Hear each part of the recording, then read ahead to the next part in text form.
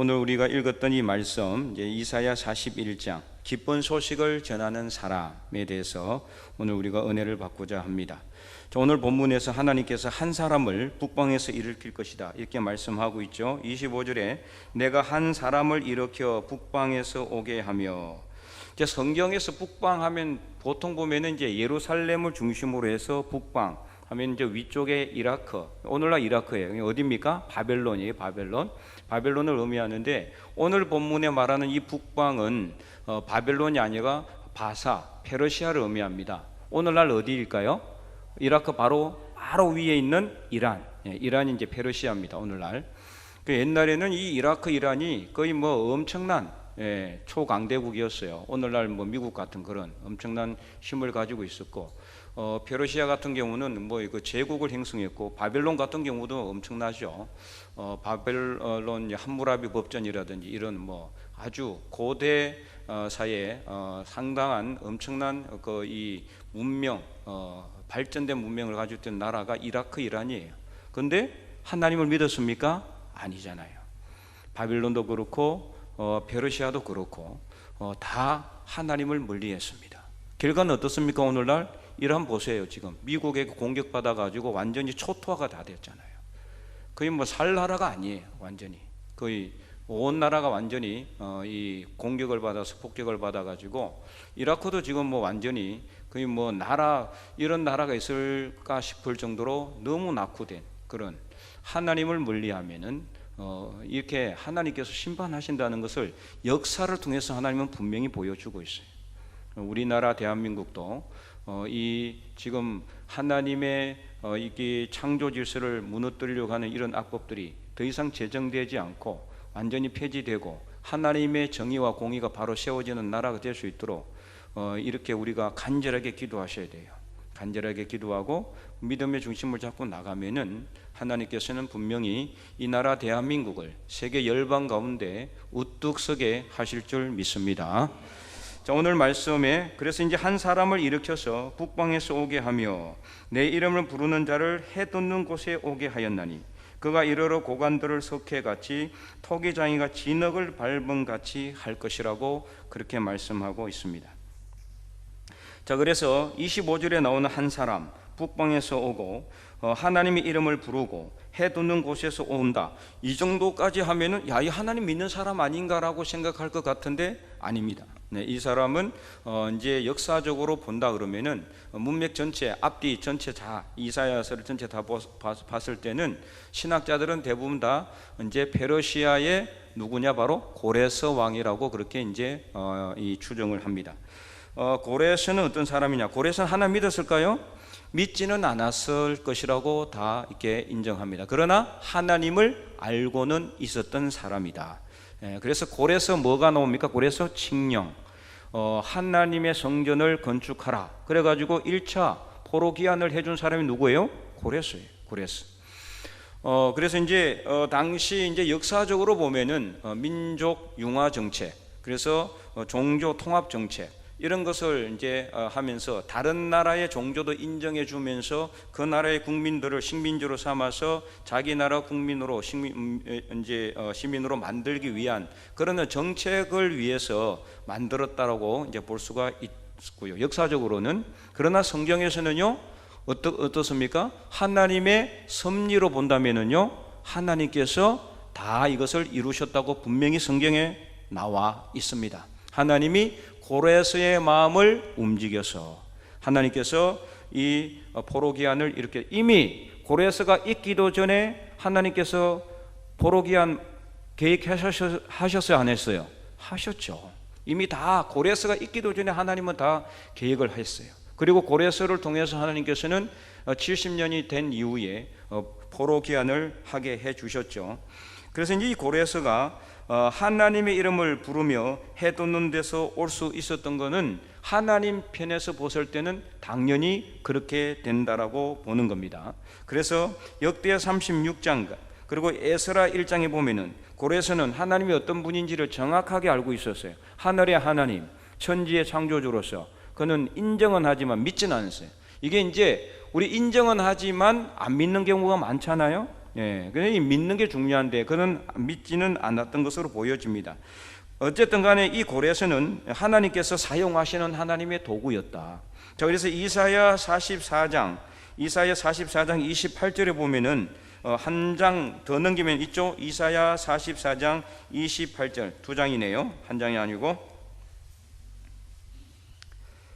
28절에 보면 이렇게 나와 있죠. 한번 읽어볼까요? 고레스에 대하여는 이러기를 내 목자라 그가 나의 모든 기쁨을 성취하리라 하며, 예루살렘에 대하여는 이러기를 중건되리라 하며, 성전에 대하여는 내 기초가 놓여지리라 하는 자니라. 아멘. 그러니까 이 말씀 그대로 고레스 칙령을 통해서, 고레스가 칙령을 해가지고 이 예루살렘으로 돌아갈 사람들은 다 가라 그랬어요. 한 사람은 빠지면 다 갈 수 있도록 하나님께서 이 고레스의 마음을 통해서 이 길을 열어주신 거죠. 그래서 28절에 고레스에 대하여 하나님께서 뭐라고? 내 목자라고까지, 목자로까지 고레스를 갖다가 하나님께서는 사용하셨다. 나의 모든 기쁨을 성취하는 자로 하나님은 고레스를 사용하시고, 예루살렘에 대하여는 중건되고, 그죠? 다시 와서 포로기한 자들이 예루살렘을 중건합니다. 그 성전에 대하여는 내 기초가 놓여지리라 하는 자, 그러니까 고레스의 칙령을 통해서 예루살렘의 포로에서 돌아온 사람들이 성전을 다시 재건하거든요. 그게 바로 스룹바벨 성전입니다. 그래서 이런 하나님의 뜻과 섭리에 의해서 고레스는 사용되어지는 하나님의 도구였다. 바로 그 사람을 오늘 본문 25절에 내가 한 사람을 일으켜 북방에서, 그래서 예루살렘 중심으로 본다면은 조금 위에, 바로 위쪽은 아닙니다. 약간 오른쪽으로 치우쳐 있어요. 지도상으로 보면은 위쪽이라기보다는 오른쪽에, 그건 약간 위쪽이긴 합니다. 그래서 이제 북방이에요. 북쪽이에요. 어쨌든 위치상으로 북방. 거기가 이제 이라크, 바벨론이고, 그 바벨론 있는 이라크 그 지역에서 조금 더 위에가 바로 페르시아입니다. 붙어 있어요. 페르시아, 오늘날 이란입니다. 그래서 거기서부터 한 사람을 일으켜서 오게 하겠다는 거예요. 바로 그 사람이 바로 고레스다. 오늘 본문은 이제 그렇게 말하고 있습니다. 자, 그래서 이 고레스 칙령을 통해서 하나님의 모든 약속이 예레미야를 통해서 70년 후에 이 포로들이 다 돌아오게 할 것이라고 약속했던 하나님의 약속이 그대로 성취가 된 거죠. 고레스를 통해서 하나님은 이 일을 이루셨다는 것을 알 수가 있고요. 자, 그러면은 과연 이 고레스, 역사적으로는 고레스이지만 이 한 사람, 이 사람은 어떤 일을 하는 사람이냐? 27절을 보시기 바랍니다. 내가 비로소 시온에게 너희는 이제 그들을 보라 하였노라. 내가 기쁜 소식을 전할 자를 예루살렘에 주리라. 그러니까 이 고레스 칙령을 통해서 엄청난 기쁨이 나오게 되었죠. 포로로 잡혀 있었는데, 영원히 노예 생활을 할 것 같았는데 70년 후에 이 고레스 칙령을 통해서 예루살렘으로 돌아갈 수 있는 길이 열려지게 되었고, 2차 3차 포로가 계속해서 포로 기한이 이어지게 된 거예요. 이 고레스 칙령이 아니었으면은 이 이스라엘 백성들이 그 땅에서 영원히 노예로 살 수밖에 없었지만 다시 돌아오게 된 거죠. 이 사람들이 없었으면은 중건될 수가 없어요. 잡혀간 사람은 어떤 사람들이라고요? 남겨진 사람들은 주로 어떤 사람들이냐? 지금 이런 말 하면 그렇지만 쉽게 말하면 그 당시에는 진짜 아무 힘도 없는 사람들만 남겨놨어요. 연약한 사람들, 힘없는 사람들만 남겨놨고, 그리고 일을 잘할 수 있는 사람, 머리 똑똑한 사람, 지혜 있는 사람, 다니엘 같은 사람들이 그런 사람들이잖아요. 다니엘과 세 친구도 머리가 똑똑하기 때문에 포로로 안 죽이고 잡아간 거예요. 써먹기 위해서 자기 나라에. 그래서 상당히 오랫동안 써먹었잖아요. 다니엘은 총리의 자리까지 올라갔죠. 그래서 이 잡혀간 사람들 쉽게 말하면은, 지금으로 말한다면은 진짜 나라를 위해서 일할 수 있는 사람들 다 잡혀간 거예요. 포로로 잡혀가서 그들이 나중에 다시 교육을 받고, 이제 돌아온 사람들 주로 2세대들이라고 봐요. 1세대들이 아니고, 1세대들은 거기서 죽었을 거고 70년이기 때문에 2세대들이 교육을 받고, 그래서 그들은 다시 예루살렘으로 돌아와서 나라를 중건하고 성전을 다시 세우고 믿음을 다시 이어가게 된 것입니다. 그 기쁜 소식을 전할 자를 예루살렘에 줄 것이라고 말씀하고 있다. 자, 그러면은 여기서 말하는 이제 기쁜 소식을 전할 자, 이 역사적으로 봐서는 고레스지만, 그러나 궁극적으로는 누구를 의미할까요? 바로 예수 그리스도를 의미하는 겁니다. 오늘 이 세상에 가장 기쁜 소식은 누구로부터 온다? 예수님을 통해서. 왜요? 예수님께서 우리의 모든 삶을 구원하는 메시아로 이 땅에 오셨기 때문입니다. 물론 기쁜 소식이 여기저기도 있어요. 우리 아들이 손자가 대학에 입학했다든지 합격했다든지 요즘 이게 청년들 참 취업하기 힘든데 직장을 구했다든지 아니면은 또 승진을 했다든지 하여튼 기쁜 소식들이 많이 있지만, 그러나 이런 기쁜 소식은 아주 한계적일 수밖에 없죠. 영원히 갑니까? 안 그렇거든요. 시간 지나면 다 잊혀져 버릴 수밖에 없어요. 그러나 예수 그리스도를 통한 구원의 소식, 구원의 기쁨은 영원한 것입니다. 이 기쁨은요, 사라지지도 않아요. 줄어들지도 않아요. 늘 우리 삶 속에 충만한 그런 소식으로 우리 안에 살아있다. 바로 그 소식을 예수님은 오늘 우리에게 구원의 기쁜 소식으로 전하고 있는 것이죠. 메시아 탄생을 예언하는 말씀이기도 합니다. 오늘 본문은. 그래서 그러나 이 말씀은 또 오늘 우리에게 있어서는 어떻게 적용이 될까요? 오늘 우리에게 있어서는 바로 이 시대에 우리가 기쁜 소식을 전할 자가 되어야 된다는 겁니다. 그래서 이 기쁜 소식을 안 믿는 사람들에게 전해서 그들로 하여금 기쁨이 넘치도록, 지금 이게 살아가면서 힘들고 어려운 삶이 계속해서 진행되고 있잖아요. 정말 환난의 삶이 있을 수도 있고 고난의 삶이 있을 수도 있고, 그래서 고통스러운 삶이 있을 수도 있지만 예수님을 통한 구원의 소식은 그 누구도 깎아내릴 수도 없고 뺏어올 수도 없고 그런 영원한 기쁜 소식이다. 이 소식을 우리가 전해야 된다는 것을 오늘 본문은 우리에게 간접적으로 교훈하고 있습니다. 주변 안 믿는 사람들에게 이 기쁜 소식을 전하라는 겁니다. 지난주에는 아름다운 소식을 전하는 자들이라고 그랬잖아요. 이 아름다운 소식을 우리가 전하면은 기쁜 소식이 전해지게 되는 겁니다. 그래서 예수 그리스도를 전해서 그들로 하여금 예수님을 믿어 구원의 확신을 가지고 믿음 가운데 살아갈 수 있도록 하는 책임이 오늘 우리에게 있다. 이것을 우리가 알아야 한다는 거죠.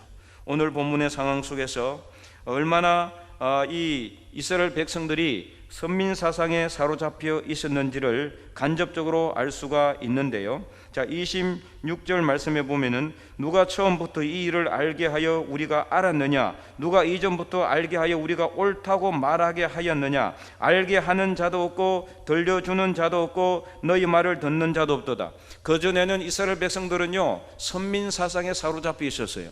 아무도 우리를 망하게 하지 못할 것이다. 하나님의 나라, 하나님의 백성들인데 누가 감히 우리를 갖다가 침략하고 이 나라를 폐망하게 할까? 그렇게 자신만만했던 이스라엘 백성들입니다. 그렇다면은, 그런 마음을 품었다면은 그들이 하나님에 대한 믿음의 중심도 확실해야 되는데 그러지 않았어요. 오히려 우상을 따라갔어요. 29절에 보라, 그들은 다 헛되며 그들의 행사는 허무하며 그들이 부어 만든 우상들은 바람이요 공허한 것 뿐이었다. 그렇게 당당하고 정말 하나님이 지켜주실 것이라고 믿었다면 하나님에 대한 믿음이 흔들리지 않아야 되잖아요. 그런데 전혀 그렇지 않았어요. 바람은 있지만, 하나님이 지켜주실 것이라는 바람은, 소원은 있지만, 소망은 있지만 하나님을 제대로 안 믿었단 말이에요. 하나님을 온전히 믿기만 했으면은 하나님이 그들의 바람과 소원대로 그 땅을 지켜주시고 멸망하지 않도록 도와주시고 하나님께서 늘 보호해 주셨을 텐데 그러지 않았어요. 오늘 본문 29절 말씀처럼 헛된 우상을 따라갔어요. 정말 심각할 정도로 주변에 있는 다른 이방 나라들이 우상을 섬기는 것보다 더 많이 우상을 섬겼어요. 그러니 하나님께서 가만히 있을 수가 없잖아요. 수없이, 예레미야서를 읽어보세요. 하나님이 끊임없이 선지자들을 보내서나, 이런 말씀이 계속해서 나와요. 끊임없이 그들에게 선지자들을 보내서나, 그래서 그들로 하여금 회개하고 하나님께로 돌아오라고 그렇게 계속해서 선지자를 통해서 말씀을 전했지만 그들은 듣지 않았습니다. 콧방귀 뀌었습니다. 그리고는 누가 과연 이 나라를, 하나님이 택한 백성들을, 선민인데 누가 우리를 해할 수 있을까? 그런 자신만만한 가운데 살아 있었어요. 그러나 어떻게 됐습니까? 북이스라엘은 아수르에게 멸망당하고 남유다는 바벨론에 멸망당하고 그것뿐입니까? 주변에 있는 아랍 국가들, 아람 국가들, 여러 나라들에게 수없이 많이 모압이나 암몬이나 이 엄청나게 많은 나라 미디안이라든지 에돔이라든지 엄청나게 많은 나라, 또 애굽도 쳐들어왔잖아요. 애굽도 쳐들어와 가지고 막 나라를 완전 초토화시키고 그랬거든요. 그뿐입니까? 이후에 근대로 들어와서 로마에 또 침략을 받았잖아요. 로마에 완전히 철저히 나라가 멸망당했어. 도대체 이게 중동 1차, 2차, 3차 전쟁하기 전에 이스라엘 백성들은 나라가 없었습니다. 다 흩어져 살아가고 있었어요. 따로따로 다 떨어져서. 디아스포라라고 하죠. 이것을 각 흩어져 있다라는 뜻이에요. 흩어져서 살고 있던 이 이스라엘 백성들이 나라를 만들어서 이렇게 지금 이 나라를 이렇게 한 것은 아주 최근의 일입니다. 지금 이스라엘도 앞으로 또 어떻게 될지도 아무도 몰라요. 이런 선민 사상에 사로잡혀 있던 이스라엘 백성들이 우상을 따라가다 보니 하나님께서 그들을 완전히 나라를 갖다가 없애버리고 초토화시키고 이방 나라들을 통해서 심판을 하셨는데도 전혀 그들은 깨닫지 못하고 여전히 지금 예수님을 인정하지 않고 있죠. 그래서 그들의 삶이 어떤 삶이 되느냐, 26절에 처음부터 옳다고 말하게 하는 자도 없고 들려주는 자도 없고 그들의 말을 들어주는 사람도 없고 28절에 내가 본 적 한 사람도 없고 내가 물어도 그들 가운데서 한 말도 대답할 좋은 자도 없고, 그러니까 그냥 완전히 쉽게 말하면은 아주 최악의 상황 가운데까지 가 있는 이스라엘 상태를 말하고 있습니다. 이런 상황 속에서 하나님은 어떤 소식을 전한다고요? 기쁜 소식을 전하겠다. 기쁜 소식. 이미 아수르에게 북이스라엘 멸망당해서 나라는 없어졌고 남유다로 해봤자 예루살렘밖에 없어요. 예루살렘 중심으로 있는 그 남유다도 나라가 지금 이사야서를 집필할 때는 나라가 거의 멸망당할 직전이 있어요. 바람 앞에 촛불 같은 등잔불 같은 그런 상황 속에서 아무도 들어줄 사람도 없고 아무도 그들에게 말을 들려줄 사람도 이제는 없는, 하나님의 선지자를 끝없이 보내다가 이제는 안 보내는 겁니다. 이제는 멸망, 이 하나만 남아있는 상황, 이 상황 가운데 그러나 하나님은 어떻게 해요? 기쁜 소식을 전하고 있어요. 그것은 이후에 바벨론에 의해서 나라가 멸망당하고 70년 후에 고레스 칙령에 의해서 나라가 다시 온전히 회복될 것임을 하나님께서 선언하고 있는 것입니다. 오늘 우리의 삶도 마찬가지입니다. 힘들고 어려울지라도 하나님께서는 분명히 소망의 길을 열어놓으십니다. 기쁜 소식을 전하게 하시게 합니다. 그 기쁜 소식은 우리의 삶 속에 예수 그리스도로 왔습니다. 이 힘들고 어려운 세상 속에서 예수님을 통해서 구원의 소식이 우리에게 전해졌습니다. 저와 여러분은 정말 예수님 없었다면은 멸망 가운데 갔을 수도밖에 없는 그런 정말 초라한 백성들이었습니다. 아무도 들어주는 사람도 없고 누구도 말해주는 사람도 없었지만 예수님을 통해서 오늘 우리는 구원의 기쁜 소식을 들었습니다. 그러므로 오늘 우리는 이 구원의 기쁜 소식을 우리만 듣고 우리만 감사하고 우리만 기뻐할 것이 아니라 주변에 안 믿는 모든 사람들에게도 전해야 될 책임과 의무가 오늘 우리에게는 있다는 것입니다. 그러므로 여러분, 이 구원의 기쁜 소식을 누구한테 전해야 되겠습니까? 안 믿는 사람에게 전해야 됩니다. 저번에도 계속해서 말씀을 드렸지만 기도하고 끝내면 안 됩니다. 전해야 됩니다.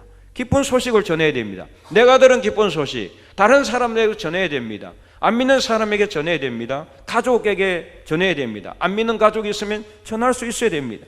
그래서 전해도 안 믿겠지라는 생각을 하지 마시고 지금이라도 전하면 믿을 수도 있다는 그런 확신을 가지고 기도하고 구원의 기쁜 소식을 주변 모든 사람들에게 널리 부지런히 전하여 하나님의 구원의 역사에 우리 모두가 다 주인공들이 될 수 있기를 주님의 이름으로 간절히 축원드립니다.